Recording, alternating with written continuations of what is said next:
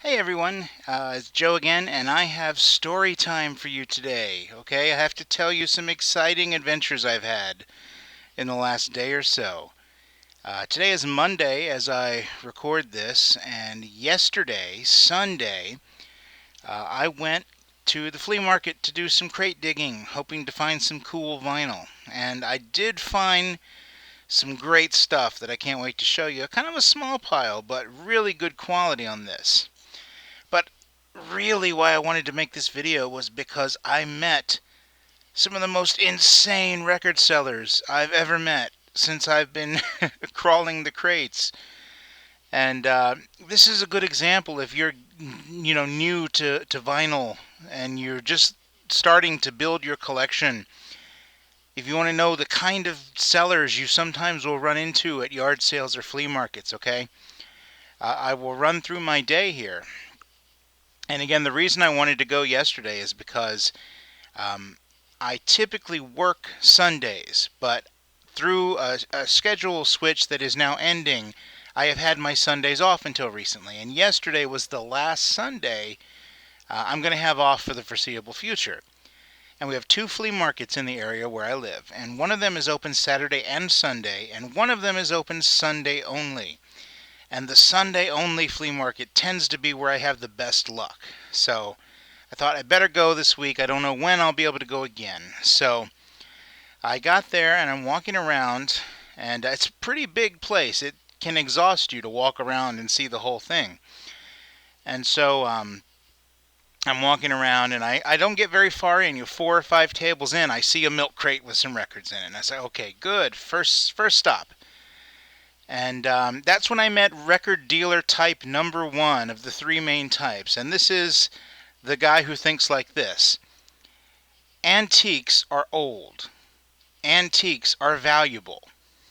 Records are old. Records must therefore be valuable. And as such, I'm going to price my scratchy old Leo Sayer records high enough to put my kid through college. And this was who I met first. And he had his records, and I'm looking through, and he has some, average kind of stuff. He has Kansas, he has Foreigner, he has Asia, a lot of 80s in there. And I'm flipping, and I stop, and I see the first thing that I'm interested in. And you're gonna laugh because let me show you the record. But let me explain myself. Don't crucify me too much yet. This is a Best of the Bee Gees LP. But this is pre-Bee Gees stuff, or pre-disco stuff, rather. And this is why I bought it right here, this song, I've Got to Get a Message to You. I love this song. And every time I see one of these Best of the Bee Gees compilations, there are hundreds of them, it seems. I see so many, and they're never the same track listing. I always look for this song, and I never find it. And lo and behold, finally, here it is on this album. And so I asked this guy, well, how much for this album? And he looks at it and he runs the numbers of how much it takes to send little Susie to college. And he said, well, I might take $2 for it. Now, $2 in and of itself is not a ridiculous price for a used LP, but let me show you this. Okay, first of all, no inner sleeve. No inner sleeve. I haven't put one on yet. And let me slide this out, and I'm going to try to angle this so you can see the condition this record is in. It's just filthy. I mean, you can see the dust and the fingerprints all, and the other side it looks just the same. It's filthy, and I have this mental image of if you go to sell records at the flea market, this is how your day starts, okay? It's like, oh, the people are coming, the flea market opens in 5 minutes. Quick, everyone, to the records. Let's take all the records out and throw away the inner sleeves, and let's take the vinyl and rub it around on the ground and put it back in the covers before the people come, because we can't sell our records if we don't do that, because it's that prevalent. In flea markets, this is what records look like. So, for the condition this record is in, and it's not anything, it's not a high demand record, I don't think. And just with the condition it's in, I showed the guy, I took it out and I said, well, you see, it's dirty and filthy, and, would you take $1? Because it's flea markets. This is what you do. Even if it's priced fairly, you always try to get the better deal, don't you? My cat is in here making a lot of noise with a paper bag. Kitty. Okay, so he agreed to $1, but he got really angry about it. That like I asked him. He's like, "Oh, like you're stealing my little Susie's college fund." You know, I have this whole mental idea of little Susie and her college fund. So that was type number one. I bought this LP for $1, and I haven't tried to clean it yet, and hopefully it will clean up. It doesn't look too bad in terms of scratching, and I'm very happy to have that song. I hope it'll play. So then I'm walking around and I'm walking around and I'm walking around the flea market, and I'm looking. I'm not seeing anything I want. Little patches of vinyl here and there, and then I see one guy. He's got quite a lot of vinyl out, and this is seller type number 2, and his deal is, I'm not going to tell you how much my records cost because once I give you a price, I can't overcharge you. So there's a tactic in negotiation. They always say if you're studying business, it's whoever says a price tag first loses. So when you're in contract negotiations, the first person to say a number first loses. And this guy apparently had this theory, okay? So I'm looking through his records, and they're okay. Then I come across a copy of Who's Next. LP I already have in beautiful condition, but that's a good sign to me because it says to me, okay, this guy may have other stuff in this box that's interesting to me. So I just throw it out there. How much are your records? And he says, it depends. And I said, it depends? And he said, yeah, they're all different prices. Now, of course, none of these records have prices on them. And I know what that means. That means any record you ask me about is more expensive than any other record in the box.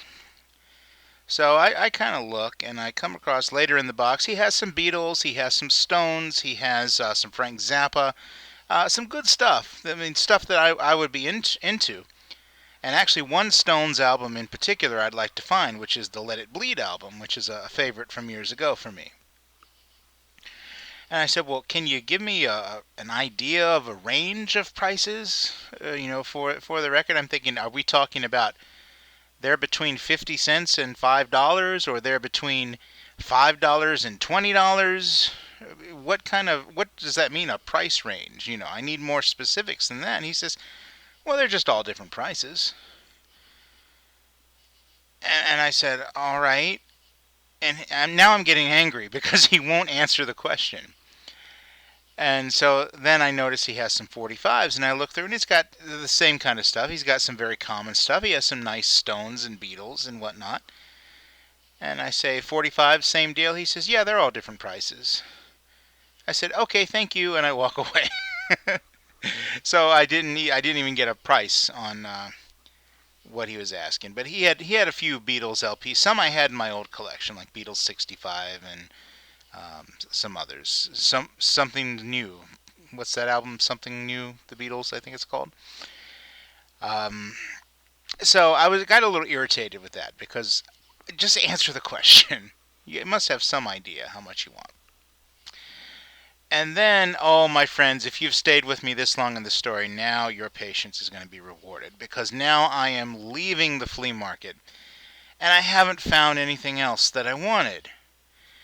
And as I'm leaving, walking to my car, I'm almost out the main entrance there, and some guy yells, "Hey, record guy!" And I stop, and he's talking to somebody talking to me, because all I've got is that one damn Bee Gees record. I'm hardly record guy at that moment. And I look, and there's a guy, and this, my friends, is when I met Homer Simpson from The Simpsons. And he said, "You like records?" And I said, "Yeah, I like records." He says, "I got records right here." And somehow I had missed this guy. I don't know how I didn't see him, but he waves me over, and he has 3 big, long boxes. Several hundred records each. The huge, deep, long boxes. And he says, "What you like? You like 70s? I see you got the Bee Gees. You like 70s?" And I'm like, oh, great. He thinks I'm the Bee Gees guy because I like one song on that record. I said, I like all kinds of stuff. He says, well, start on here and see what we got. And my records are in good condition, so you can rest assured they're in great shape. So I start looking through the first box, and the first thing I see are two Bob Dylan albums, which is a good thing for me. He has Infidels and he has Knocked Out Loaded, neither of which I have on vinyl. And I thought, wow, this is great. And he says, by the way, the records are $2 each. And I said, well, I'm thinking, well, that's all right if they're in good shape and they're nice. And Dylan, boy, I don't run across that a lot for that kind of price. And so I pick up Infidels to look, and it sticks to Knocked Out Loaded. And I notice immediately all the records in this box are soaking wet, okay? And they're all stuck together. And I pick it up, and I was like, oh no. And I tried even to take the dust jacket out to look at the record, and the sleeve is all warped and stuck. I can't even remove the dust jacket with the record from the cover. And I was like, oh, these are good. And I just kind of look, and he's got good records in here, but they're all soaked, okay? And they're all warped and nasty, and oh, it's heartbreaking. And he said, oh, you got some Bob Dylan there, huh? And I said, yeah. And I said, but look, they're stuck together. I can't even get them apart. He says, I'll do it. And this is when I knew the guy was Homer Simpson. Because he takes the records and he just rips them apart. And like half of the cover sticks to the end of the other one. And suddenly he's just destroyed these two albums. And I'm like... And then he says, I'll get that dust sleeve out for you. And he just rips it, and the dust sleeve rips open, and the record almost spills to the ground, and it doesn't. So now he's torn open the cover, and he's torn open the sleeve, and hands me this copy of Infidels, which is soaking wet, and still has pieces of paper stuck to it from the sleeve. And I'm looking at it like, this is genius performance art. This has got to be a hoax. This has got to be a reality show. I can't believe that just happened. And with no trace of humor or any idea that anything odd has just happened, the guy says, I'll take $1 for it. And I'm looking at this as like, oh, if it had been in good shape, I would love to have bought that record, even for $2, and the other Dylan as well. And so then, that was the first box, and there was a woman browsing the second box. And I noticed she had been making quite a nice little pile for herself. And those records, just looking at them, seemed to be all nice and dry. I said, you having good luck in that box over there? And she says, oh, yeah. She said, I was looking in that box earlier, and I saw they were wet, but these two over here seem okay. So I say, great. You're at the second box. I'll walk around to the third box. So I walk around to the third box, and I start finding some great stuff. And these boxes are bone dry. And the records are indeed in really good shape. And how messed up is this, that as soon as I leave the first box and walk around to the third box, some other guy comes up, he sees those two Bob Dylan records that I just saw massacred in front of me. He's like, Bob Dylan records! And the guy says, take $1 for him. And the guy pays his $2 and runs off with the ruins of the records. And I'm like, oh, I should have bought them. Just this moment of not buyer's remorse, non-buyer's remorse. Like, oh, I let the two Dylan albums get away that I didn't want a second ago because of the condition. But let me show you what I got here. Excuse me looking down a moment. But I'll give you an idea of like the kind of stuff this guy had in his box. Check it out. This is Led Zeppelin Coda. All right, not a great album, but look at the shape this is in. This looks almost new. I mean, it's a little bit of just dark right here, but this thing looks like it was bought new out in 1980, yesterday. I mean, it is absolutely gorgeous. $2 for this, and the sleeve is just as good, just as clean, and the LP itself, it's got a little bit of dust on it, but the actual condition, I don't know how well you can see, but it's pristine. I don't even see a sign it's been played. And so like these are the kind of records this guy has. And $2, I'm going to stock up. And being a good collector though, even though I'm going through my box, I'm still kind of keeping an eye on the other lady's box that she's going through. And this is the worst thing, right? When this happens, like you're flipping and you're watching someone else flip, and they flip it over, and there is one of your holy grail records. right? It's like, that is one of my top 5 records that I want. And it's like, oh my God. And my worst fear, she flips it over, she exposes my Grail record, and she picks it up. She says, look at that. George Harrison, All Things Must Pass, the big 3-disc box set. Not really a rare record, but it goes for a lot of money now. Years ago, you could get it at any yard sale for $1, but now anytime I see it, it's $15, $20, $30 if it's in good shape. And the rule of etiquette, I mean, I'm thinking I'm going home with that record. It's going to happen. And she picks it up and she looks at it and she says, oh, George Harrison, All Things Must Pass. This is such a good record, or a good set. And the rule of etiquette, of course, is that if you put the record down and you take your hand off of it and flip to the next record, that record's fair game now for the next guy. So I'm watching her. She's looking at the record, and she says, oh, my heart's like in my chest because that's one of my grails right there in really good shape. And so she puts it back down. Then she lifts it back up again. She turns it around, opens it up. I'm like, I'm going to wrestle you to the ground and take that out of your hands. I'm going to do it. I don't say that. And then she says, oh, well. And then she folds it up, puts it back down. And then, because I remembered that Homer Simpson is selling the records, I feel very good doing a Homer and be like, yoink! And I just reached over and took it. And look at this, $2. Look at how good the corners still are. By and large, the spine is still nice and legible. A little bit of dusting needs to happen here. But I tell you, $2 for this, for a 3-disc set. The box is in good shape. Let me just show you here. Just like the Led Zeppelin. It's really, really great. It's on Apple. Oops, sorry, hit the mic there. Didn't mean to, but I mean, the condition is really nice. A little bit of dust, but not anything at all to be concerned about. I was so happy to have this. I mean, this is a record. I've almost bought it at $15 before. Not in that good a condition. So, one of my Grail records today. Wow. Guess what? I'm going to find more Grail records later in the day, but I don't know that yet. So I'm just finding some more. Here, I came home with a beautiful copy of Warren Zevon, Excitable Boy, an album I've owned several times, and CD and cassette over the years. Of course, Werewolves of London being the big hit, along with Send Lawyers, Guns, and Money. I got 2 more from him. I got Elton John, Madman Across the Water. This is my favorite Elton John record. And it's got Tiny Dancer and Leave On. They're the 2 big hits from that. It's, the nice gatefold.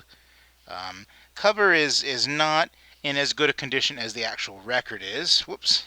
Sorry, again, my directions are reversed. It's hard to know what you're seeing. I had this on CD years ago. Nice to have it back on vinyl again. And the last thing I got from him, here's a nice modern jazz quartet tribute to Duke Ellington. And again, I'm not going to take it out. Just take my word that the vinyl's beautiful. It never looks like it's been played. We got a small remainder mark up here. But otherwise, pristine. And one other thing I got from him, and this is funny.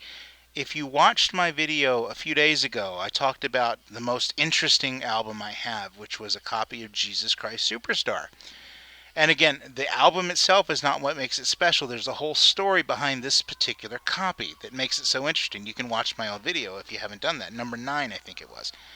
But I said the only thing with this particular copy is that it's missing the booklet that used to be in it. And in this guy's box, I find the booklet that was missing from the copy I bought elsewhere a few days ago. Just a loose copy of this booklet.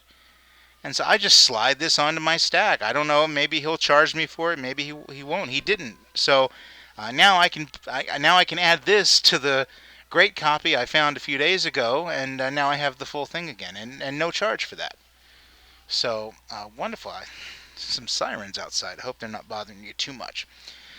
So, what are we at here on the video? Well, we're at 20 minutes. You know what? I'm going to stop it here, and I will tell you the rest of the story in the next video.